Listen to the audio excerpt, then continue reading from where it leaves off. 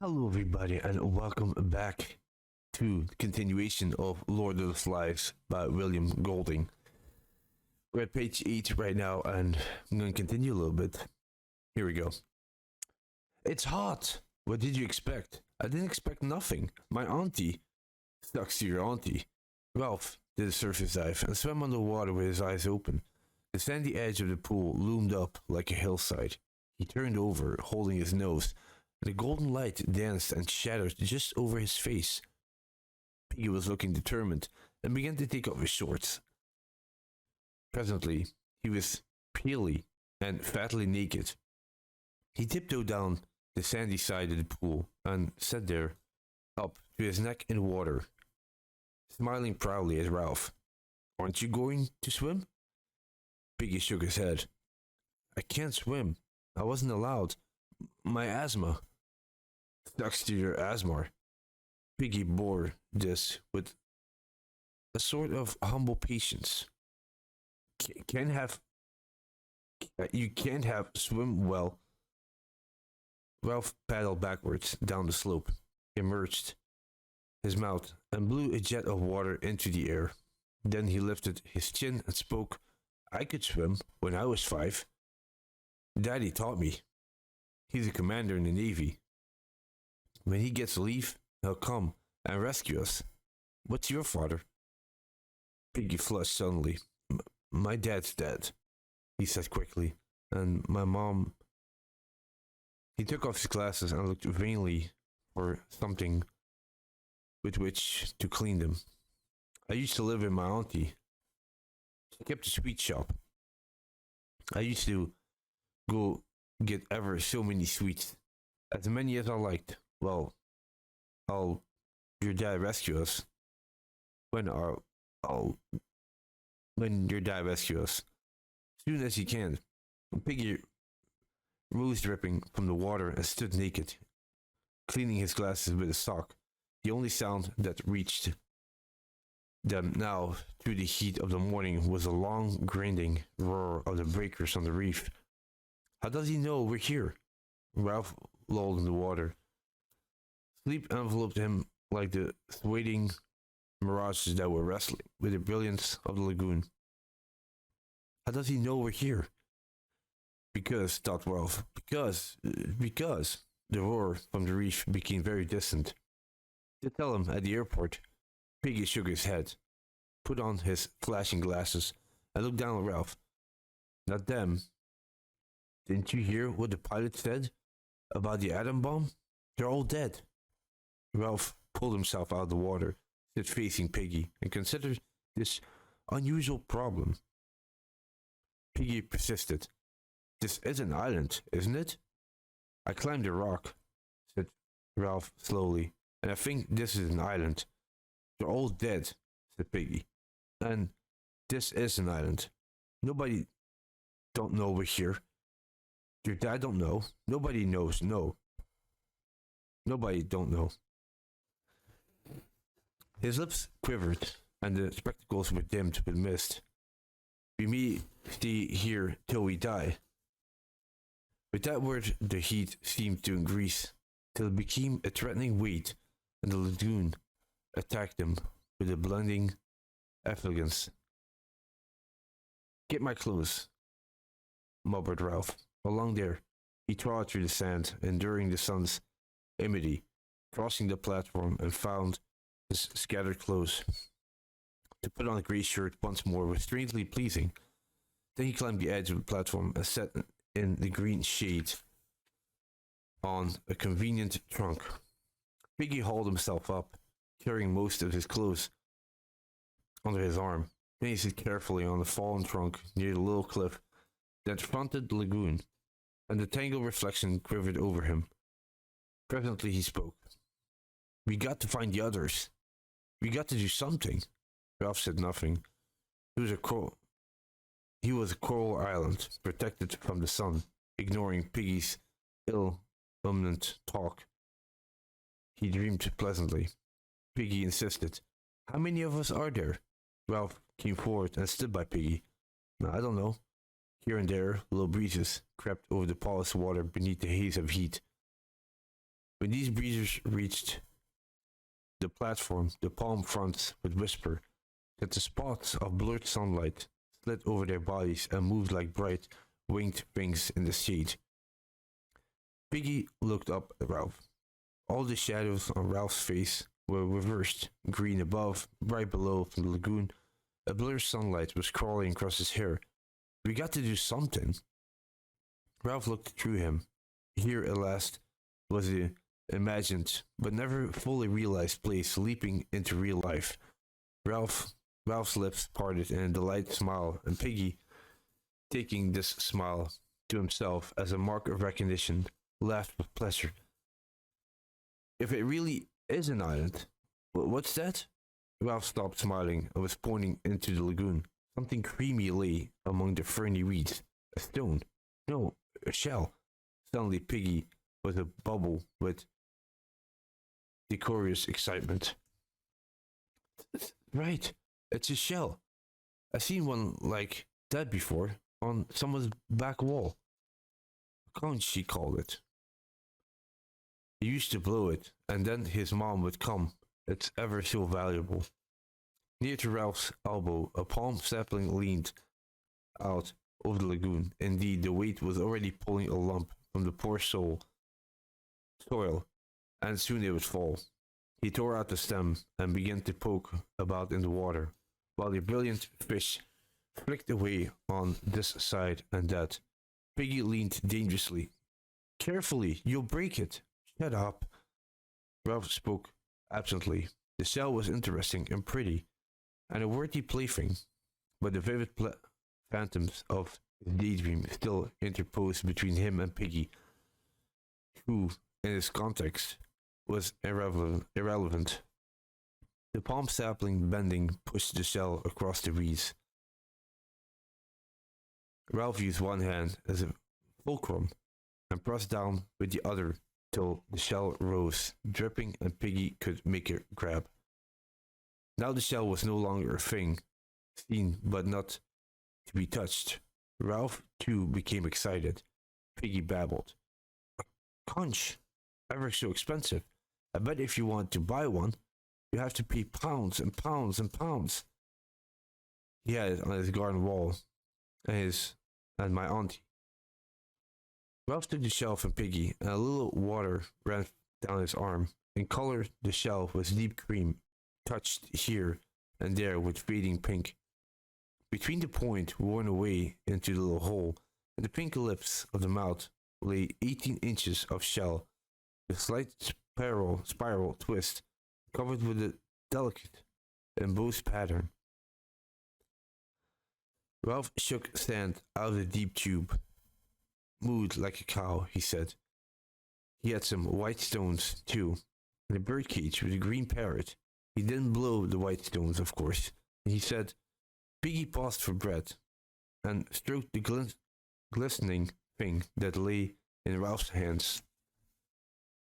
"Ralph!" Ralph looked up.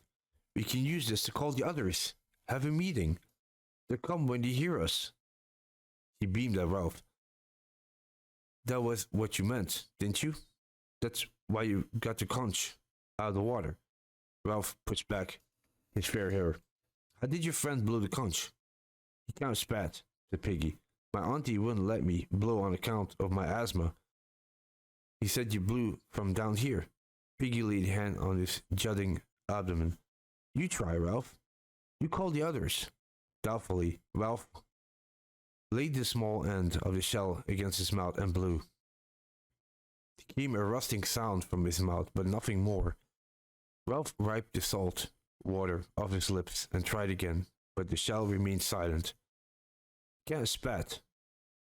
Ralph pursed his lips and squirted in air into the shell, which emitted a low farting noise.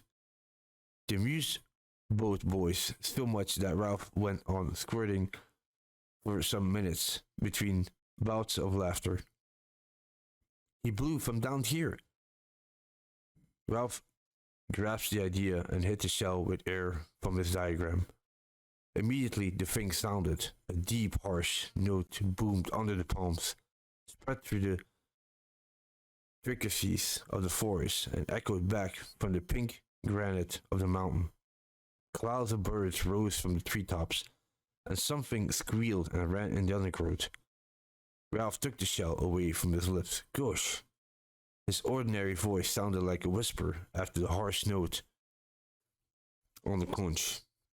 He laid the conch against his lips, took a deep breath, and blew once more. The note boomed again, and then at his firmer presence, the note, fluking up an octave, became a strident blare more penetrating than before. Piggy was shouting something, his face pleased, his glasses flashing. The birds cried, small animals scuttered. Ralph's breath failed, the note dropped, the octave became a low wobber, but a rush of air. The conch was silence. A gleaming tusk. Ralph's face was dark with breathlessness, and the air over the island was full of birds, clamor, and echoes ringing. I bet you can hear that for miles. Ralph found his breath and blew a series of short blasts. Piggy exclaimed, "There's one!" A child had appeared among the palms, about 100 yards along the beach. He was a boy of perhaps 6 years, sturdy and fair, his clothes torn, his face covered with sticky mess of fruit. His trousers had been lowered from an obvious purpose and had only been pulled back halfway. He jumped over the palm terrace into the sand, and his trousers fell about his ankles. He stepped out of them and trotted to the platform. Piggy helped him up. Meanwhile, Ralph continued to blow till voices shouted in the forest. The small boy squatted in front of Ralph, looking up brightly and vertically, as he received the reassurance of something purposeful being done, and he began to look satisfied. His only clean digit, a pink thumb, slid into his mouth. Piggy leaned down to him. "What's your name?" "Johnny."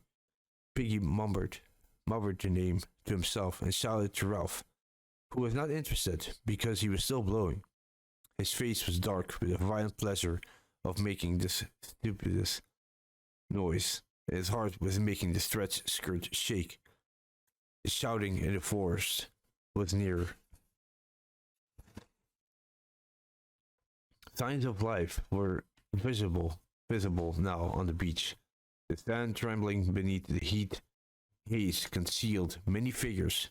Its miles of length. Boys were making their way towards the platform, through the hot, damp sand. 3 small children, not older than Johnny, appeared from sternly close at hand, where they had been gorging food in the forest. A dark little boy, not much younger than Piggy, parted a tangle of undergrowth, walked on to the platform, and smiled cheerfully at everybody. More and more of them came, taking their cue from the innocent Johnny. They sat down on the fallen palm trunks and waited. Ralph continued to blow short, penetrating blasts. Piggy moved among the crowd, asking names, frowning to remember them. The children gave him the same simple obedience that they had given to the men with megaphones. Some were naked and carrying their clothes, others half naked and more or less dressed in school uniforms, gray, blue, fawn, jacketed, and jerseys.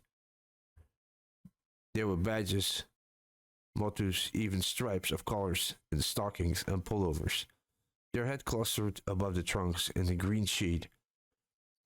Heads brown, fair, black, chestnut, sandy, mouse-colored heads, muttering, whispering. Heads full of eyes that watched Ralph and speculated something was being done. The children who came along the beach, single or in twos, leapt into visibility when they crossed the line from heat haze to near sands. Here the eye was first attracted to a black, bat-like creature that danced on the sand, and only later perceived the body above it. The bat was a child's shadow, shrunk by the vertical sun to a patch between the hurrying feet. Even like he blew, Ralph noticed the last pair of bodies that reached the platform above the fluttering patch of black.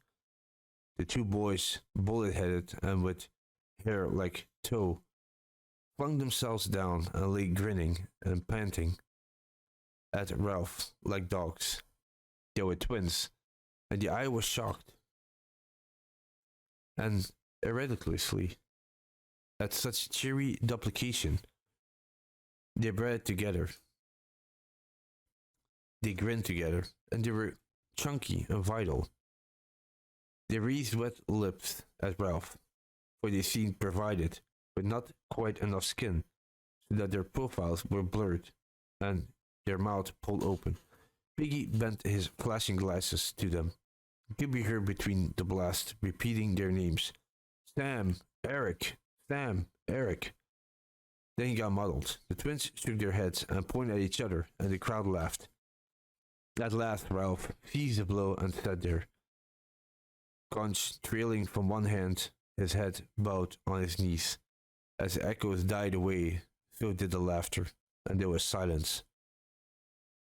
Within the diamond haze of the beach, something dark was fumbling around. Ralph saw it first and watched till the intentness of his gaze drew all eyes that away. Then the creature stepped from Ross onto clear sand, and they saw that the darkness was not all shadow, but mostly clouded. The creature was a party of boys marching approximately in steps in two parallel lines and dressed in strangely eccentric clothing, short skirts and different garments they carried in their hands, but each boy wore a square black cap with a silver badge in it. Their bodies from throat to ankle were hidden by black clothes, which bore a long silver cross on the left breast, and each neck was finished off with a hand-bone frill. The heat of the tropics, the descent, the search for food, and now this sweaty march along the blazing beach has given them complications of newly washed plums. The boy who controlled them was dressed in the same way, too. His cap badge was golden. When his party was about 10 yards from the platform, he shouted an order, and they halted, gasping, sweating, swaying in the fierce light. The boy himself came forward, vaulted onto the platform, with his cloak flying, and peered into what him was almost complete darkness. "Where is the man with the trumpet?" Ralph, sensing his stunned blindness, answered him. "There is no man with a trumpet, it's only me." The boy came close and peered down at Ralph, screwing up his face as he did so. What he saw of the fair-haired boy with the creamy shell in his hand did not seem to satisfy him. He turned quickly, his black cloak circling. "Isn't there a ship, then?" Inside the floating cloak, he was tall, thin, and bony. His hair was red beneath the black cap. His face was crumpled and freckled and ugly without silhouettes. Out of his face stared two light blue eyes, frustrated now and turning, or ready to turn to anger. "Isn't there a man here?" Ralph spoke to his back. "No, we're having a meeting. Come and join in." The group of colored boys began to scatter from close line. The tall boy shouted at them. "Choir, stand still." Really obedient, the choir huddled into line and stood there, swaying in the sun. Nonetheless, some began to protest faintly. "But, Meridew, please, Meridew, can't we?" Then one of the boys flopped on his head in the sand, and line broke up. They heaved the fallen boy to the platform and let him lie. Meridew, his eyes staring, made the best of a bad job. "All right then, sit down. Let him alone." "But Meridew, he's always throwing a feint," said Meridew. He did in Gib, and Addis, and at Matins, over the presenter. His last piece of shop brought sniggers from the choir, who pierced like blackbirds on the crisscross trunks, examined Ralph with interest.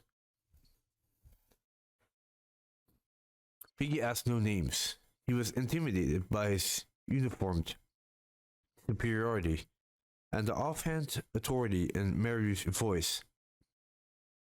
He shrank to the other side of Ralph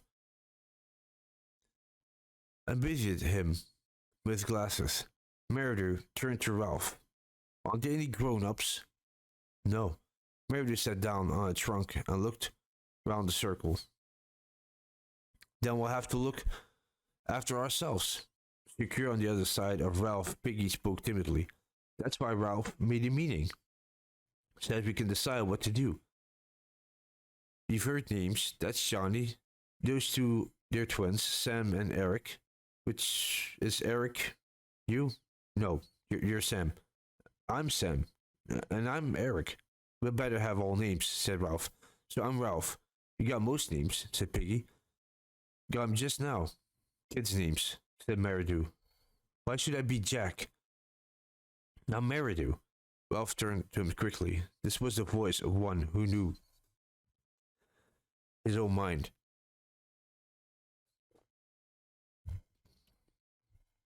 Then went on Piggy. That boy, I forgot.